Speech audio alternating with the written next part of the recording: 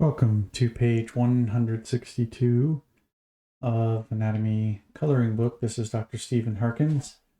The reproductive system, the breast, the male and female breast, also known as the mammary gland. Let's start by getting a reference point here. Some of the structures, the clavicle. Here's this bone. Also seen right here. Clavicle bone from the side. And right here on the anterior chest wall, this bone right here. And ribs. From the side view, these are the ribs that have been cut, severed.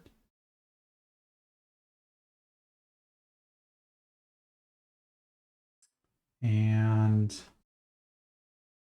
the intercostal muscles that lie in between the ribs. This is the chest wall underneath the breast. These are the intercostal muscles. The pectoralis major muscle. Why don't I make all the muscles this same color? The pec major.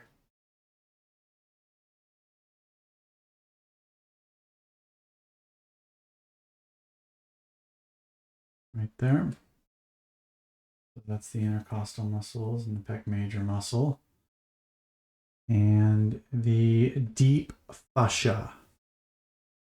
The deep fascia is actually let's continue with the pectoralis major muscle right here on the anterior chest wall underneath the breast, and then overlapping it is the deep fascia, a layer of deep fascia here. Connective tissue layer, non-contractile, the deep fascia. Now, the breast itself is made up of superficial fascia containing fat. It's areolar tissue, loose connective areolar tissue here. And it is considered, it's filled with fat, with lobules of fat, but not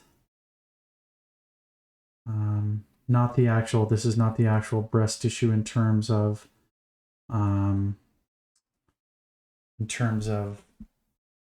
lactation, etc. It is in response to the hormones at puberty, this fat, this superficial fascia, and this fat begins to grow in response to estrogen, puberty, hormones in puberty.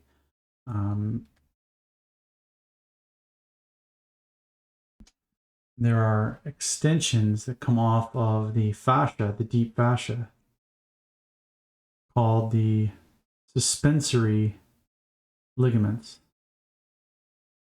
And they kind of hold, kind of like in a spider web type fashion, kind of hold everything together. And just kind of hold the whole breast structure together and sort of divide some of the lobules up here and the loose, some of the superficial fascia. Now, the actual breast tissue, which is functional, which creates the milk for lactation during and after pregnancy, is called the glandular lobe. The glandular lobe. These are the glandular lobes that actually create the milk.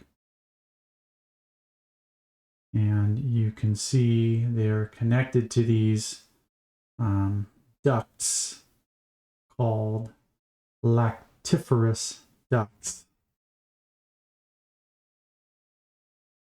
Here,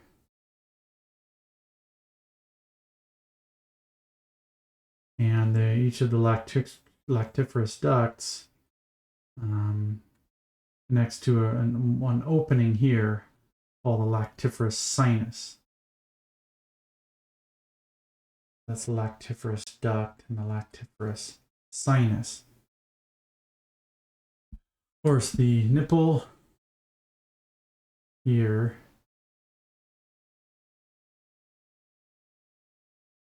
with the areola, a pigmented area with some sebaceous glands in it, some oily glands for lubrication surrounding it. There's a darker area surrounding the skin of the breast, or surrounding the nipple, and it is congruent with the skin of the breast. And here from the anterior view, we can see the glandular lobes.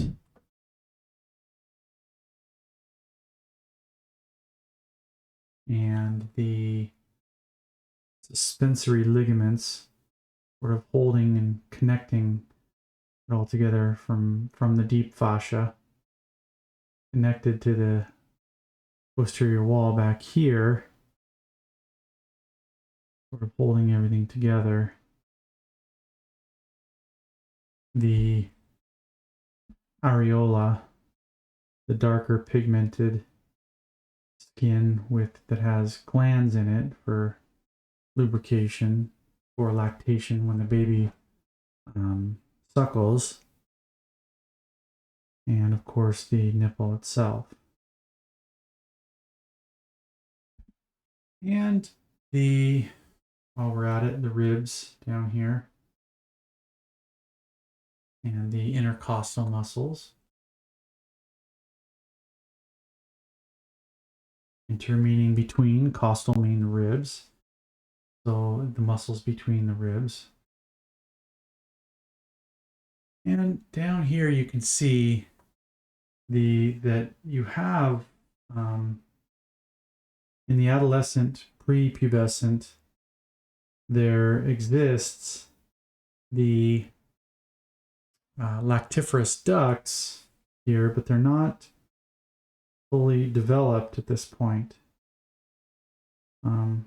Once puberty arrives in response to estrogen, here's the fat cells that started to develop in there, but you notice no lobular glands, no glandular lobes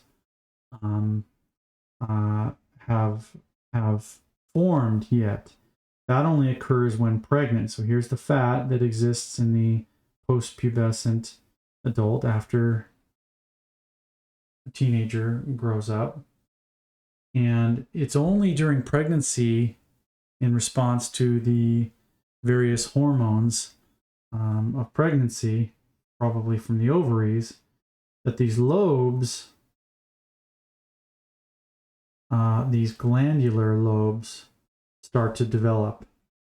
And that's during pregnancy. And you can see them fill even greater during post-pregnancy, during lactation. And of course, the fat, the adipose tissue, the loose areolar connective tissue stays the same. So it's not a growth in fat or the loose areolar tissue, it's a growth during pregnancy of the glandular lobes. Post-pubescent, it is an issue of growth of fat and loose connective tissue. But there is a growth on top of that during and after pregnancy. And it's not a fatty growth, it's a growth of the glandular lobes. So, nipple here, the areola here.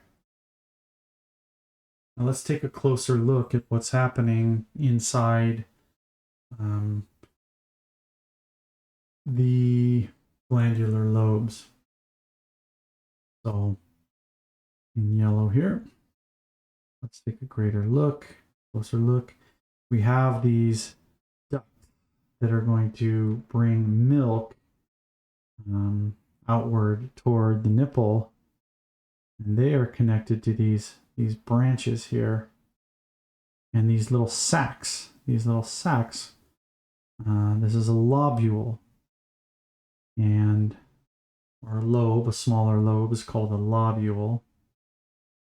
And let's look inside the lobule, and what we see is this single layer of epithelia, cuboidal and columnar, it looks like, and which create the milk and secrete it inward toward in the inside of the alveolar gland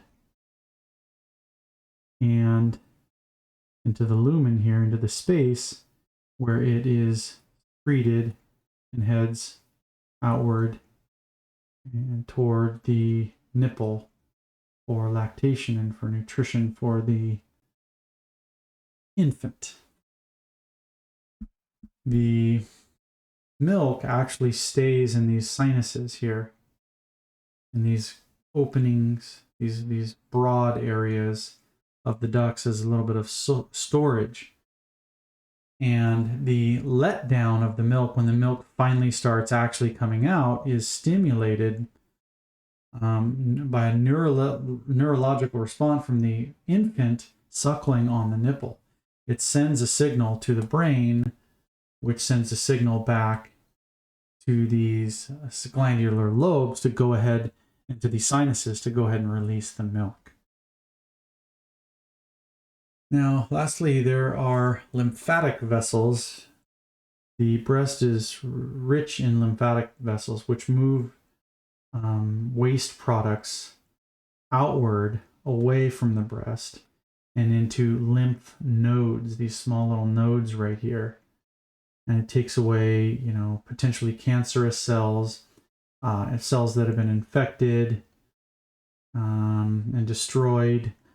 And also they drain the fat portion of the milk produced during lactation. So these are drainage sites, and it's called the lymphatic system, and lymphatic drainage away from the breast. And that's the end of page 162, Anatomy Coloring Book. This is Dr. Stephen Harkins.